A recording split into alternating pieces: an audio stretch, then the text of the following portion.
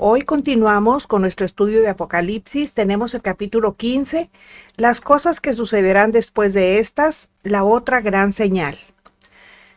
Hoy veremos los que cantarán el cántico de Moisés y del Cordero, los ángeles con las 7 plagas postreras. Este es el capítulo más breve de todo el libro, con solo 8 versículos. Es la introducción al cumplimiento de la proclamación de la séptima trompeta, es decir, de la consumación de la ira santa de Dios contra el mundo alejado de él. Se divide en 3 partes. La primera es la visión celestial que Juan tiene de los 7 ángeles custodios de las 7 plagas finales. La segunda, la visión de los que vencieron a la bestia, su imagen, su marca y su número. Y la tercera, la preparación y disposición finales del juicio de Dios en manos de esos 7 ángeles.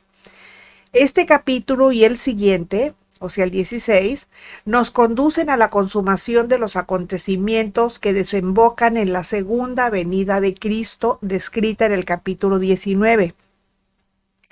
De hecho, cronológicamente, el capítulo 16 le siguen los acontecimientos del capítulo 19. O sea, todo esto que va a pasar aquí en el siguiente, en el 16, son los acontecimientos que siguen del capítulo 19. El libro del Cordero. 7 sellos, 7 trompetas, 7 copas. Recordemos aquí el orden de aparición de lo escrito en el libro del Cordero en Apocalipsis 5. En aquel libro o rollo que solo el Cordero podía abrir, estaba escrito por dentro y por fuera y sellado con 7 sellos. Esos 7 sellos se vieron en el Apocalipsis 6 del 1 al 17 y en el 8 versículo 1.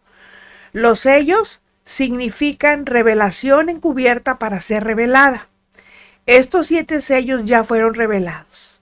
El séptimo sello conlleva los acontecimientos de las 7 trompetas. Las trompetas significan proclamación. En este caso son también juicios de Dios. La séptima trompeta incluye las 7 copas de la ira. La copa significa ejecución. Los juicios de Dios van creciendo hasta llegar a su clímax con las copas de la ira. Vamos a repasarlo. Los 7 sellos, que significan revelación encubierta para ser revelada, además de autoridad, son los siguientes. El primer sello, pues es la aparición de la bestia anticristo. El segundo sello es el jinete sobre el caballo bermejo, que trae violencia sobre la tierra. El tercer sello, el jinete sobre el caballo negro, que trae hambre sobre la tierra. El cuarto sello, el jinete sobre el caballo ceniciento, que trae muerte sobre la tierra. El quinto sello, las almas de los mártires en el cielo piden vindicación, o sea, piden venganza. En el sexto sello es la conmoción sobre la tierra. Y el séptimo sello contiene las 7 trompetas. Las 7 trompetas significan proclamación. La primera, se quema la tercera parte de los árboles y toda la hierba verde. La segunda trompeta es la tercera parte del mar se convierte en sangre. La tercera trompeta es la tercera parte de las aguas dulces que se vuelven amargas. En la cuarta trompeta no hay luz en la tercera parte del día y de la noche. En la quinta trompeta salen demonios del infierno y torturan a los hombres impíos por 5 meses.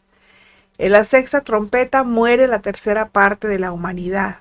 Y en la séptima trompeta es el contenido de las 7 copas de la ira. Las 7 copas de la ira significan juicios. La primera copa es la úlcera maligna y pestilente sobre los marcados por la bestia. La segunda copa, todo el mar se convierte en sangre como de muerto. La tercera copa, todos los ríos se convierten en sangre. Cuarta copa, el sol quema a los hombres. Quinta copa, Dios envía tinieblas al trono de la bestia. Sexta copa, se convoca a todos los reyes para la gran batalla final. Séptima copa, se proclama la ejecución de todos los juicios. Terremoto como nunca antes. Jerusalén es dividida en 3 partes. Las ciudades de las naciones caen. Babilonia va a ser destruida. Las islas desaparecen, los montes desaparecen y granizo de 25 a 50 kilogramos que cae. La otra señal, vamos a ver el versículo 1 del capítulo 15. Vi en el cielo otra señal grande y admirable.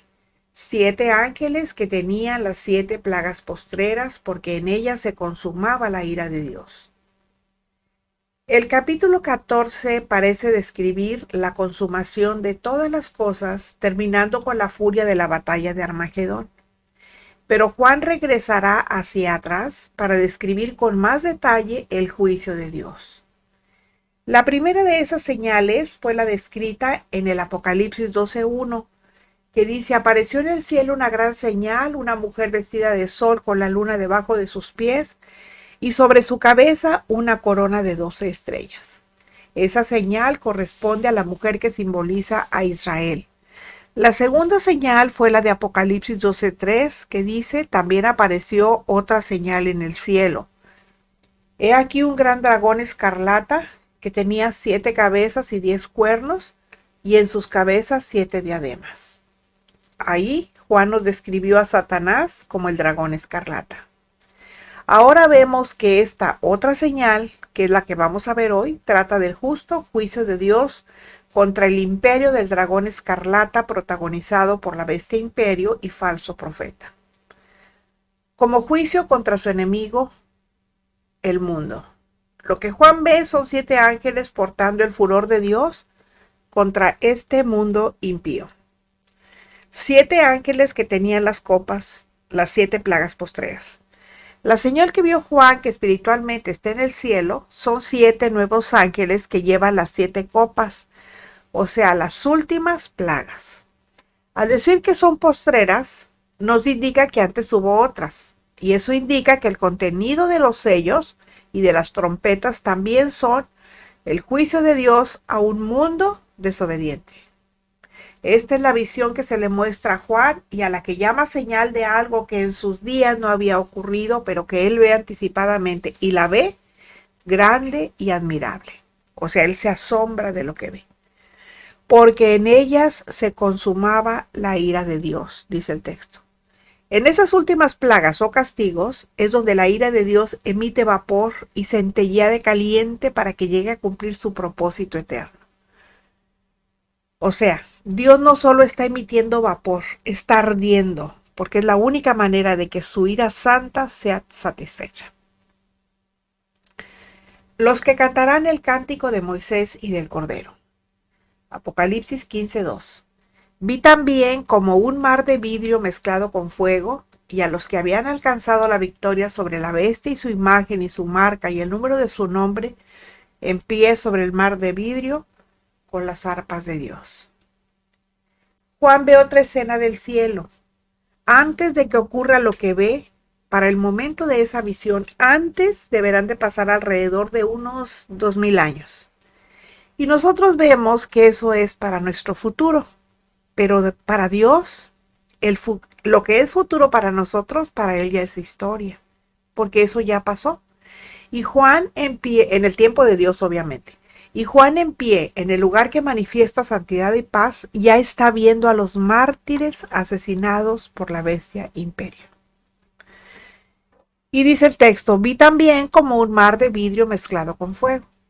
Ese mar de vidrio que está mezclado con fuego de Apocalipsis 4:6, que dice: y delante del trono había como un mar de vidrio semejante al cristal, y junto al trono y alrededor del trono 4 seres vivientes llenos de ojos delante y detrás. Lo primero es que puede significar que esto es un recordatorio de parte de los fuegos de los juicios de Dios. Recordemos que todos los símbolos están llenos de sentido. Por ejemplo, en este caso, el mar refleja la gloria de Dios e indica su santidad, pero aquí está mezclado con fuego. Eso simboliza el fuego divino que surge precisamente de la santidad de Dios. Estos mártires han pasado la prueba de fuego y están de pie porque son más que vencedores. Ellos alcanzaron la victoria sobre la bestia, su imagen, su marca y el número de su nombre. Apocalipsis 13:17 dice, y que ninguno pudiese comprar ni vender, sino el que tuviere la marca o el nombre de la bestia o el número de su nombre. El precio de la victoria fue el sufrimiento y la muerte física a manos de esos desalmados que cuando llegue el tiempo se levantarán de la bestia, de la mano de la bestia imperio y de su falso profeta.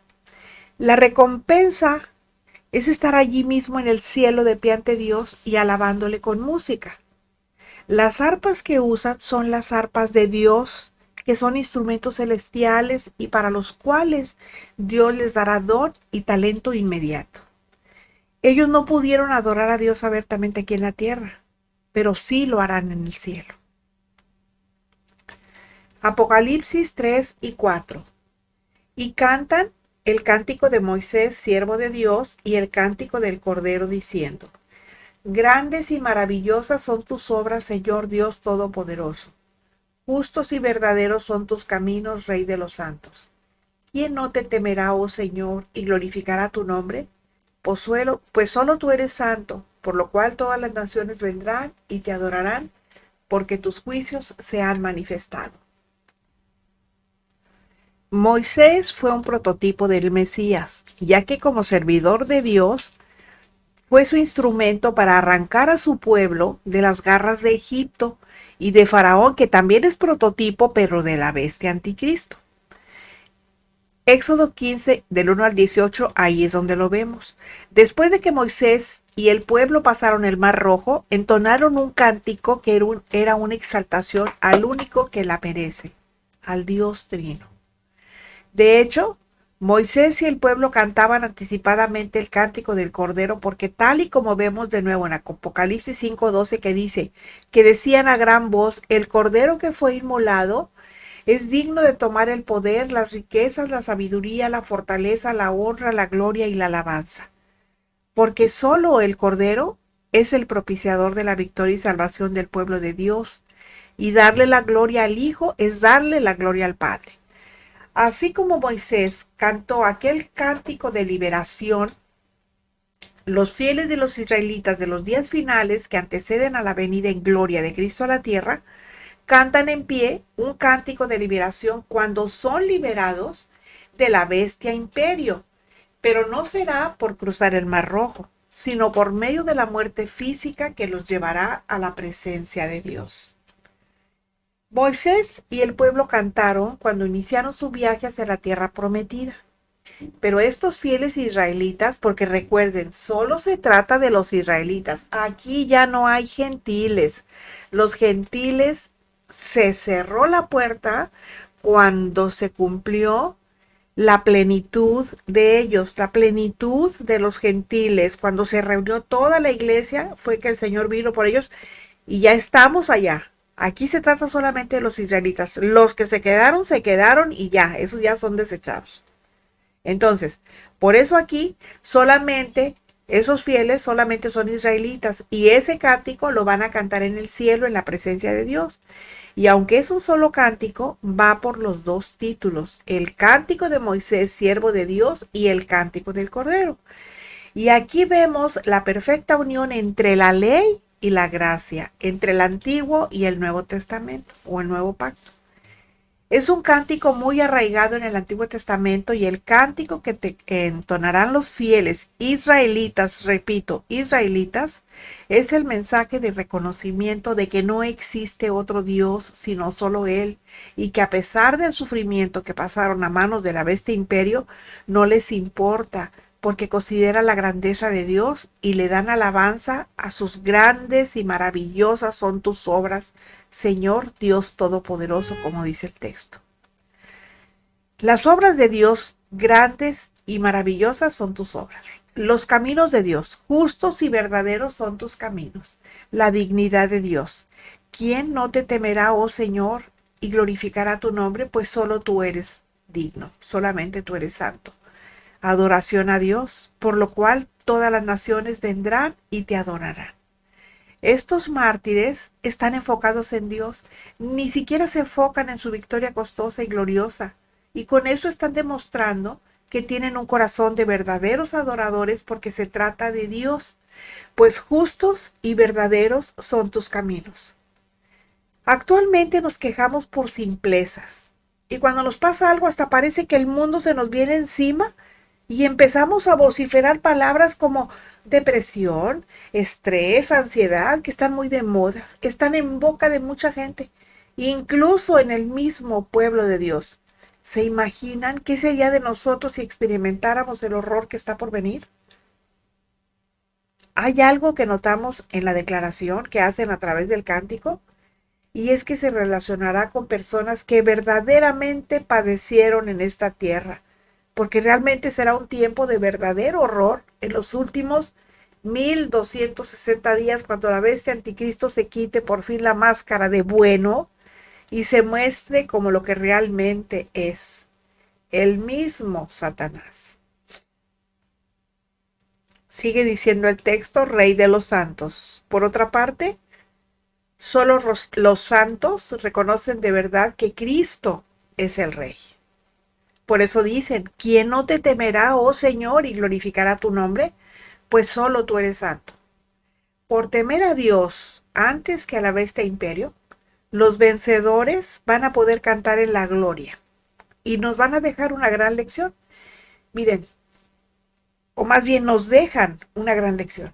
Temer a Dios no solo por su poder, sino a causa de su santidad.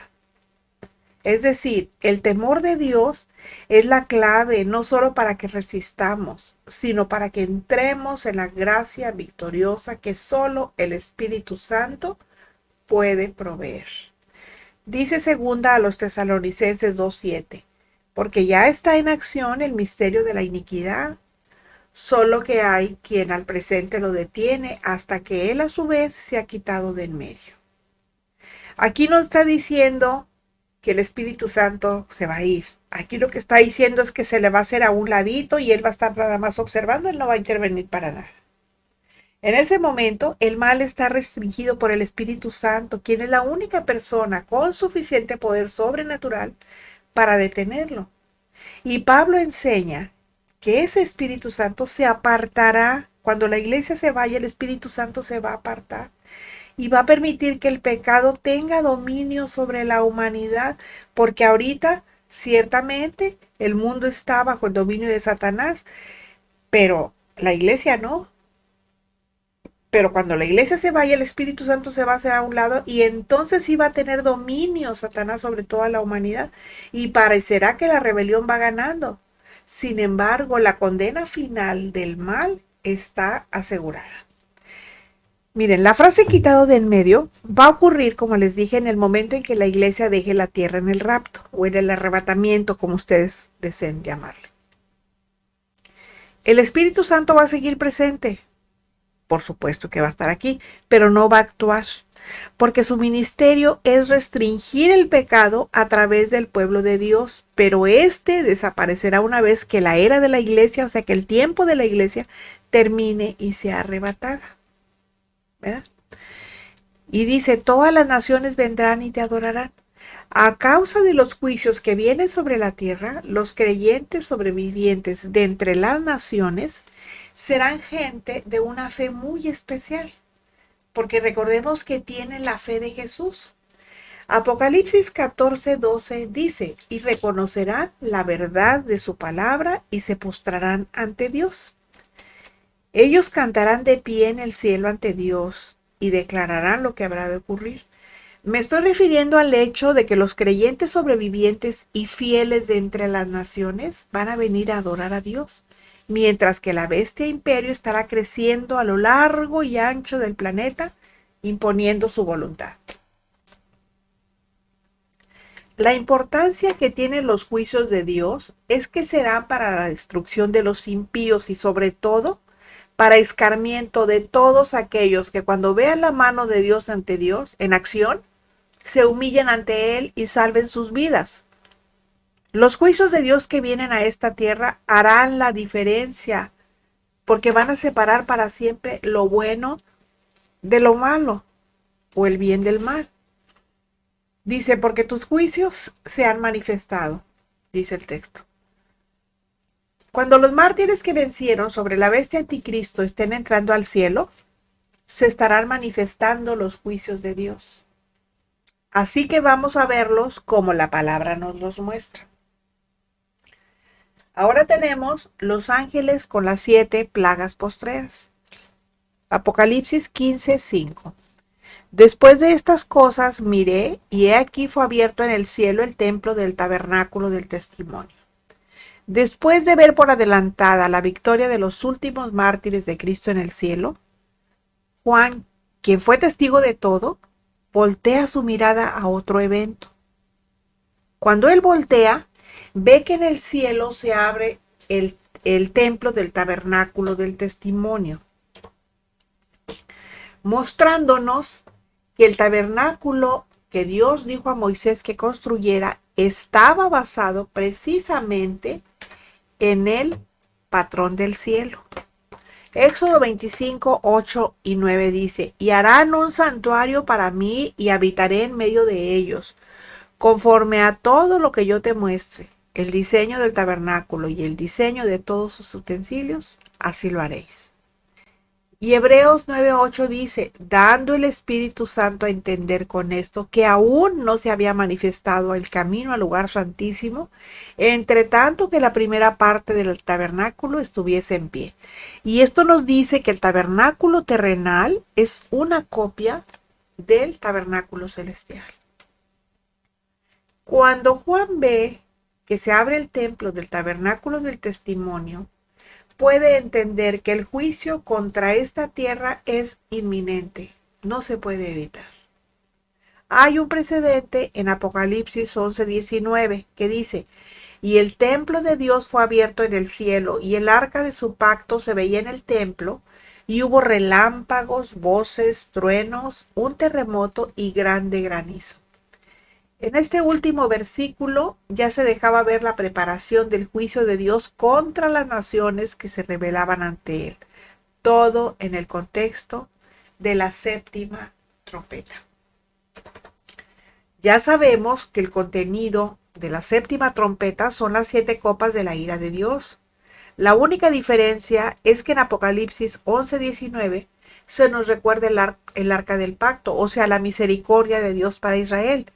Mientras que lo que está viendo Juan en estos momentos es el juicio contra el resto de la humanidad, o sea, los no israelitas que están sobre la tierra y son rebeldes a Dios, empezando por las bestias, imperio anticristo y falso profeta.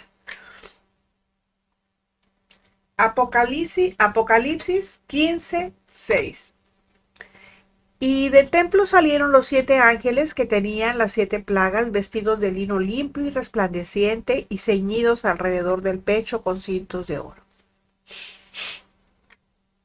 Juan ve que del templo celestial salen 7 ángeles que custodian las 7 plagas que traen el juicio de Dios. Es muy significativo que esos ángeles no actúan por su propia voluntad, sino por mandato y autoridad de Dios, y salen directamente del templo celestial, de la presencia y trono de Dios. Estos 7 ángeles de Apocalipsis 15:1 son 7, número que entraña perfección y plenitud. Eso ya lo sabíamos que el 7 es la perfección, es el número de Dios. Y estando vestidos, como hemos leído, muestran que son santos y son los encargados de ejecutar el castigo. Debemos de entender entonces que ese juicio también es santo, no solamente es justo, y es enviado de parte de Dios. Dios es quien que juzga, y Él es santo por antonomasia. Cuando hablamos de santo, pues inmediatamente entendemos que estamos hablando de Dios. Los atributos de Dios son a plenitud. Él no tiene a veces un poco de santo y mucho de juez. Él siempre es todo santo y siempre es todo juez. O sea, no se despoja de ninguno de sus atributos. Dice el texto que van vestidos de lino fino y resplandeciente. Recordándonos con esto lo que dice Apocalipsis 19:8, que dice: y a ella se le ha concedido, o sea, a la iglesia, o a la novia de Cristo, se le ha concedido que se vista de lino fino y resplandeciente, porque el fino es las acciones justas de los santos. Esta es una señal de pureza, santidad y rectitud de conducta. Es resplandeciente para designar el reflejo de la gloria de Dios ante cuya presencia ministran y de quien reciben los mandatos que llevan a cabo. Apocalipsis 1:13 nos dice, y en medio de los 7 candeleros, a uno semejante al Hijo del Hombre, vestido de una ropa que llegaba hasta los pies y ceñido por el pecho con un cinto de oro. Así como en el texto, los cintos de oro ceñidos alrededor del pecho son símbolo de nobleza, y en este caso también de pureza, lo que nos recuerda que el juicio de Dios siempre es completamente puro, justo y santo, no es a medias. Apocalipsis 15:7. Y uno de los 4 seres vivientes dio a los 7 ángeles 7 copas de oro, llenas de la ira de Dios que vive por los siglos de los siglos. Uno de aquellos 4 seres vivientes que están alrededor del trono de Dios, de Apocalipsis 4:6, que dice así, 4 seres vivientes, da 7 copas a los 7 ángeles. Dios está en el trono. Da la autorización directa para que se haga su voluntad. Sigue diciendo el texto que dio a los 7 ángeles 7 copas de oro. Estas copas están llenas de la ira, o mejor dicho, del furor explosivo de la ira de Dios. El furor es a la ira lo que la pasión es al amor. Digámoslo así, pues para que lo podamos entender. La palabra copas hace referencia a un plato ancho, a un plato llano, del que a veces usamos para servir el alimento seco, digamos, utilizado en los rituales para beber o derramar las libaciones en el sacrificio.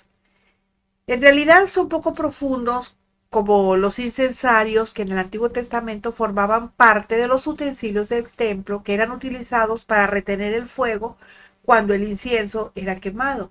Eso quiere decir que se trata de vasijas de uso litúrgico, de uso sagrado, digamos.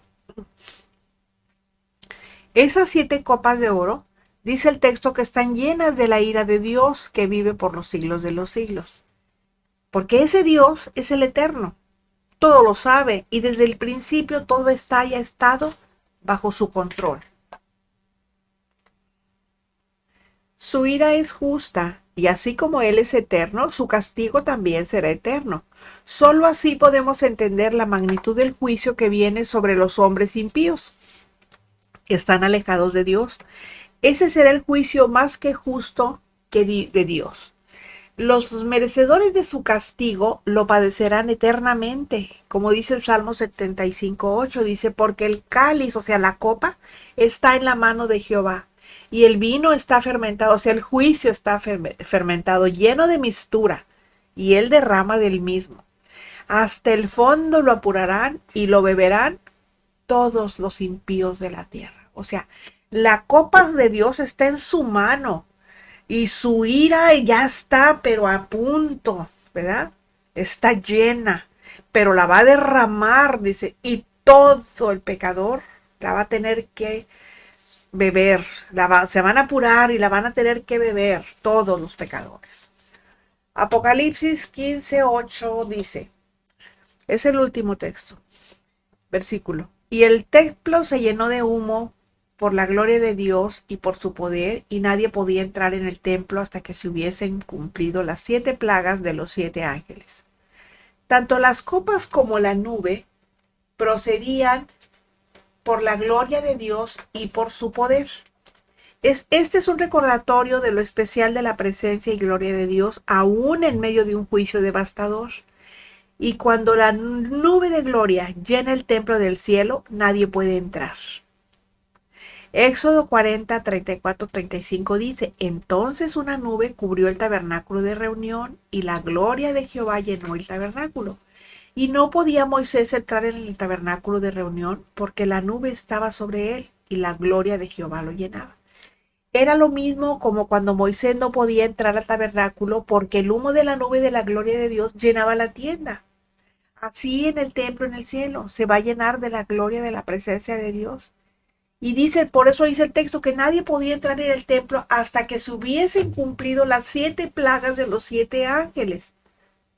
Pues esta vez tampoco habrá nadie que pueda entrar en el templo. Solo que la razón, como vemos, es otra. Porque ahora va a ser a causa de la indignación de Dios por el pecado voluntario y premeditado de una humanidad indigna, y hasta que su furor quede satisfecho, hasta que se haya consumado el juicio, su indignación habrá pasado porque se habrá consumado su furor. Esto nos dice que no se puede dar marcha atrás a lo ya dispuesto por Dios, a quien nada ni nadie le puede estorbar. El acceso al templo en el cielo no será negado por mucho tiempo. Continuamos la próxima semana. El Señor les bendiga.